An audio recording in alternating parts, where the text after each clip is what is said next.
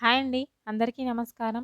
రాజు అయితే గుడిలో అన్నదానం పెట్టిస్తూ ఉంటాడు. ఆ అన్నదానంలో బంతిలో కూర్చొని అపర్ణ కూడా అందరితో పాటు అక్కడ భోజనం చేస్తూ ఉంటుంది. అపర్ణను చూసిన రాజు అయితే కావ్యతో ఇలా అంటూ ఉంటాడు. ఏమండి ఆవిడని చూసారా? నాకు చిన్నగున్నప్పుడు మా అమ్మని చూసినట్టే అనిపిస్తుంది ఆ అమ్మని చూస్తే అని చెప్పి కావ్యతో చెప్తూ ఉంటాడు. వెంటనే కావ్య అయితే ఒక్కసారిగా అలా చూస్తూ ఉంటుంది వాళ్ళ అత్తయ్యని. వాళ్ళ కొడుకు ప్రతి సంవత్సరం ఈమె పుట్టినరోజు సందర్భంగా అన్నదానం చేయించేవాడంట గుడిలో అని చెప్పి అంటూ ఉంటాడు. కావ్య అయితే వాళ్ళ అత్తయ్యని రాజుని అలా చూస్తూ ఉండిపోతూ ఉంటుంది. ఇప్పుడు వాళ్ళ కొడుకు స్థానంలో మనమే ఉండి వాళ్ళ అమ్మ పుట్టినరోజు సందర్భంగా మనం కేక్ కట్ చేయిస్తే బాగుంటుందేమో, కట్ చేయిద్దామండి అని చెప్పి కావ్యతో అంటూ ఉంటాడు.